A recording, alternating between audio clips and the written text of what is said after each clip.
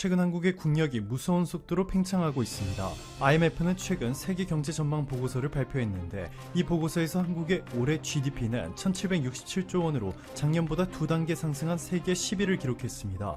코로나19의 2, 3차 팬데믹으로 스페인 마이너스 12.8%, 이탈리아 마이너스 10.6%, 인도 마이너스 10.3%, 프랑스 마이너스 9.8%, 독일 마이너스 6%, 일본 마이너스 5.3%, 미국 마이너스 4.3%씩 GDP가 추락하는 동안 한국은 마이너스 1.9%로 통계 발표가 의심스러운 중국을 제외하며 세계에서 가장 코로나19를 완벽하게 핸들링하고 있습니다. 오스트리아 최대 언론사 코로넨차이퉁은 한국은 세계적인 모범이다. 고립과 분리가 아닌 국민과 협력의 사회적 연대라는 해법을 제시했기 때문이다. 초반의 혼선과 정치적 쟁점화를 넘어 폭넓고 심도 있는 대응을 펼쳐 세계 대유행을 벗어나고 있는 유일한 국가이다 보도했습니다. 이뿐만이 아닙니다. 바로 이틀 전 한국이 호주와 뉴질랜드를 포함해 세계 15개 RCEP 협정 참가국과 세계 최대 규모의 FTA를 체결하는 데 성공했습니다. RCEP 참가국의 무역 규모와 인구 그리고 GDP는 전 세계에서 무려 30%를 담당할 만큼 막강한 파워를 지녔기 때문에 이번 한국의 협정문 서명이 특히 더 주목받고 있습니다. 아세안 10개국과 호주, 뉴질랜드, 일본, 중국은 앞으로 한국산 제품에 대한 관세를 획기적으로 낮출 뿐만 아니라 체계적인 무역 투자 시스템을 확립해 다른 국가들보다 훨씬 더 빠르고 좋은 조건을 부여하게 됩니다. 특히 인도네시아로 자동차 부품을 수출하는 한국 기업의 경우 현재 최고 40%의 관세를 부담하고 있는데 RCEP가 발효되면 관세가 0%로 사라지게 됩니다. 또한 지금까지 중국이나 동남아시아 국가들에서 한국산 제품이 아님에도 태극기를 부착해 한국 제품인 것처럼 속여 팔아왔는데 이것도 법적으로 엄격하게 금지됩니다. 한국 기업들의 상표권과 지적 재산권을 단단하게 보호해주게 되는 것이죠. 한국 기업들이 환호를 부르고 있는 것이 전혀 이상하지 않은 상황입니다. 문재인 대통령은 RCEP 15개 회원국들이 지켜보는 가운데 정상회의 발언에서 코로나로 인한 세계적 위기 속에서도 거대 경제 공동체를 출범시켜 보호무역주의의 경종을 울리고 자유무역의 중요성을 전 세계에 알렸다 전했습니다. 전 세계 국가들 사이에서 한국의 영향력이 빠른 속도로 막강해지면서 무려 91년 만에 이제는 더 이상 일본이 동해를 Sea of Japan, 일본해라고 표기할 수 없게 됐습니다. 1929년 일본은 동해를 일본해라고 표기하면서 90년 넘게 한국을 도발해왔습니다. 1997년부터 한국은 동해 병기를 주장해왔지만 제대로 반영되지 않았습니다. 그런데 최근 국제수로기구 IHO 사무총장이 더 이상 일본이 동해를 일본해라고 표기할 수 없다고 공식 발표했고 IHO 회원국들 대부분도 이 결정에 힘을 실어주고 있습니다.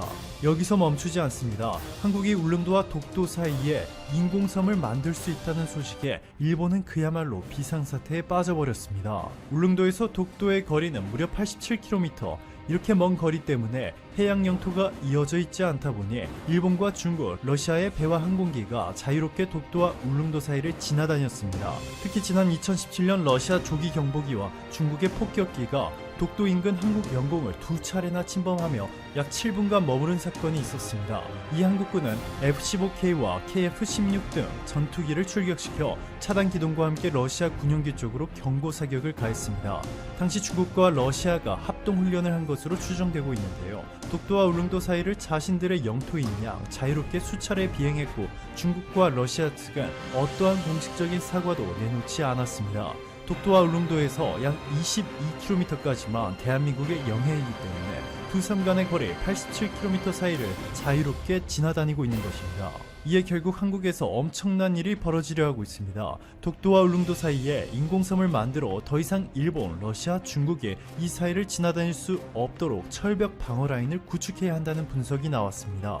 영해는 한 나라의 주권이 미치는 해양 지역을 말하는데요. 12해리, 즉 22km 범위 안에서 영해의 폭을 설정하고 있습니다. 즉 독도와 울릉도 사이에 인공섬이 세워지게 되면 더 이상 그 어떤 국가도 한국의 허락 없이 독도와 울릉도 사이를 지나다닐 수 없게 되는 것이죠. 자, 그런데 지금 화면에서 보시는 것처럼 놀랍게도 울릉도와 독도 사이에 이미 산처럼 불룩 튀어나온 부분을 확인하실 수 있습니다. 조금만 더 높았더라면 섬으로 인정받았을 테지만 아쉽게도 해산입니다. 대양저 위에 고도 1000m 이상 솟아있으면 해산이라 부르고 있는데요.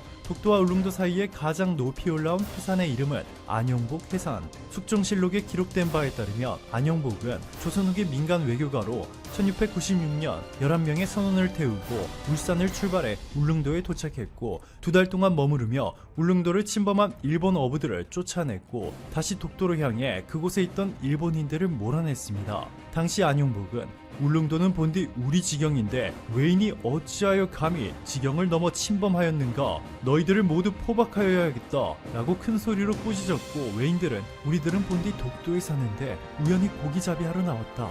이제 본소로 돌아갈 것이다 답했고 이에 더 화가 난 안용복은 독도는 자산도 그것도 우리나라 땅인데 너희들이 감히 거기에 사는가? 라고 외치며 독도에서마저 이들을 쫓아냈습니다. 이 영호골의 이름을 따 독도와 울릉도 사이에 가장 높게 우뚝 솟은 해산을 안용복 해산이라 부르고 있는데요. 안용복 해산 위에 인공섬을 만들게 되며 더 이상 주변국들이 독도와 울릉도 사이를 지나다닐 수 없도록 완벽한 동해 방어 라인이 구축됩니다. 이를 위해 여러가지 형태의 인공섬이 제기되고 있는데요.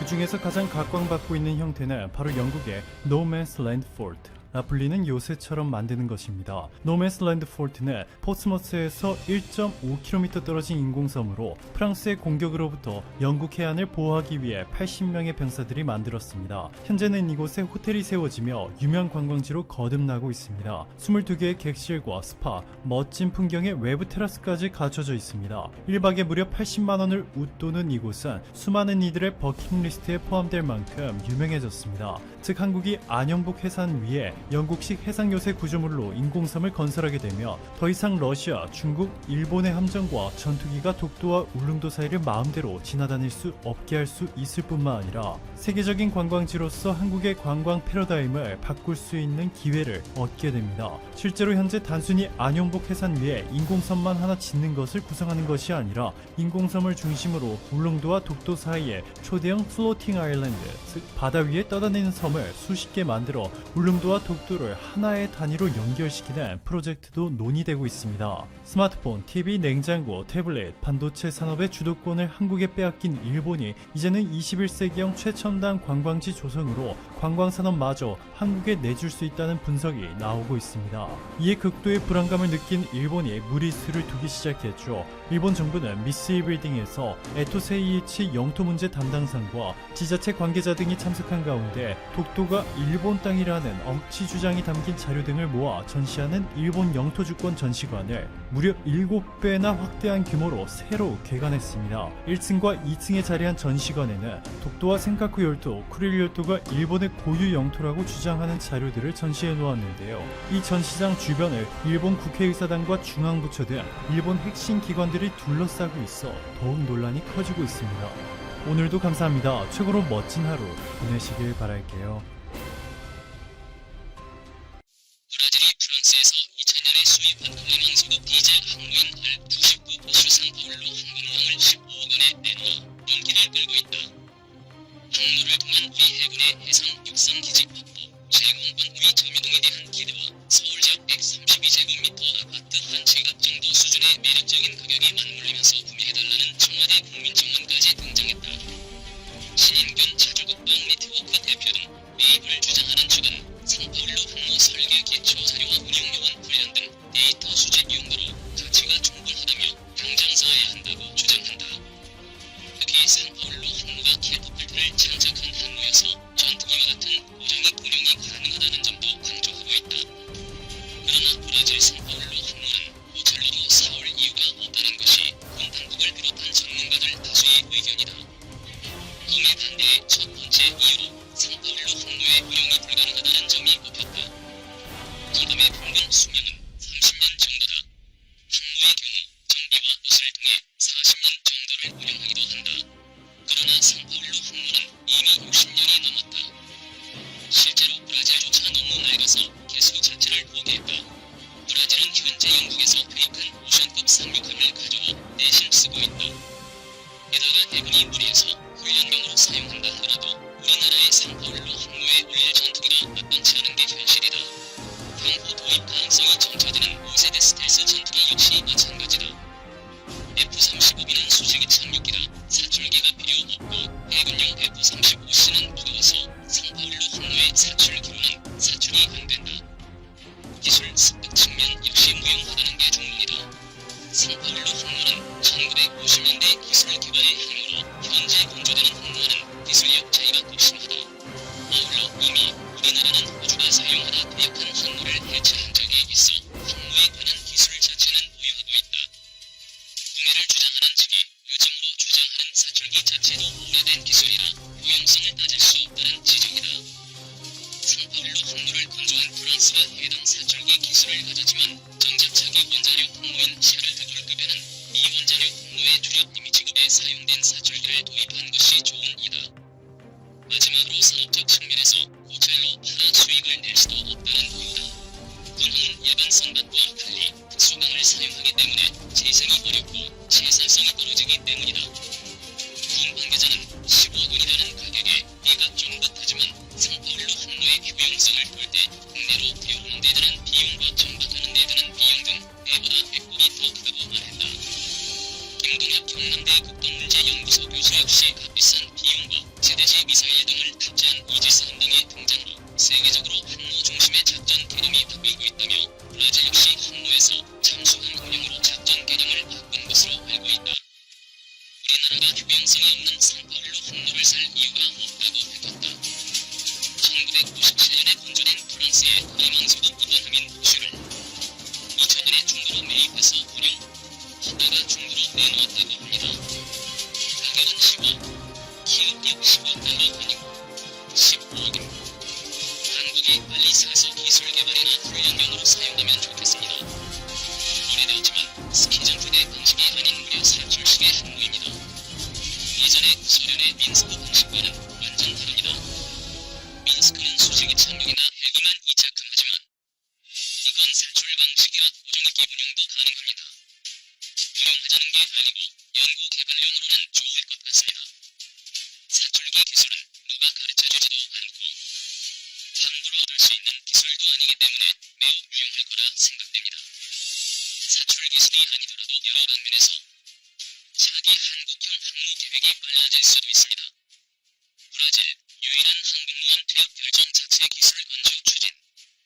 송부시간 2017-02-16 3시 25분 공유 댓글 글자 크기 조정 인쇄 대서양 연안심 해전과 아마존 자원 보호 목적.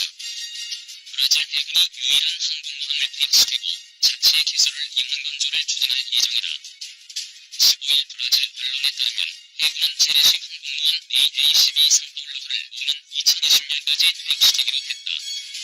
32,800톤급으로 길이 265m인 이 항공모함은 56년 전에 건조됐으며 핀란드의 특히 크루도 주전 대통령 정부 때인 지난 2000년 프랑스로부터 1,200만 달러에 사들인 것이다. 현재 리우데자네이루 해군기지에 배치돼 있으나 노부한 탓에 작전 수행 능력은 떨어진다. 브라질 국방부는 항공모함 현대화를 고려했으나 비용이 10억 헤아래 이를 것으로 추산되자 퇴역 방침을 정했다. 국방부는 핵잠수함 1대를 포함한 잠수함 전략군 구축을 우선 추진하고 이후 자체 기술을 이용한 항공모함 건조 계획을 수립할 것으로 알려졌다. 해군 관계자는 대서양 연안의 심해유전과 아마존 강류역의 자원을 보호하기 위해 신형 전투기와 항공모함을 결합한 방어 체계가 필요하다고 말했다. 브라질 정부는 지난 2013년 말 국제 입찰에서 스웨덴 사비의 그리핀엔지와 프랑스 다소의 라팔 전투기, 미국 보잉의 FA-18 슈퍼 호넷 전투기 가운데 그리핀엔지를 선택했다. 그리핀엔지는 중거리 공대공 전투 능력을 갖춘 전투기다. 라팔이나 FA-18과 비교해 상대적으로 낮은 가격에 뛰어난 성능을 갖췄다는 평가를 받는다. 브라질 정부는 2014년 10월 말 그리핀엔지 전투기 36대를 54억 달러에 구매하는 내용의 계약에 서명했다. 사부는 2019년부터 2024년까지 브라질 공군의 전투기를 차례로 인도할 예정이다. 사부는 전투기 판매를 조건으로 엠브라이르의 기술 이전을 약속했다. 엠브라이르는 브라질 내에서 그리핀엔지 생산이 이루어지면 남미 인접 북등에 대한 수출을 적극적으로 모색할 계획이다.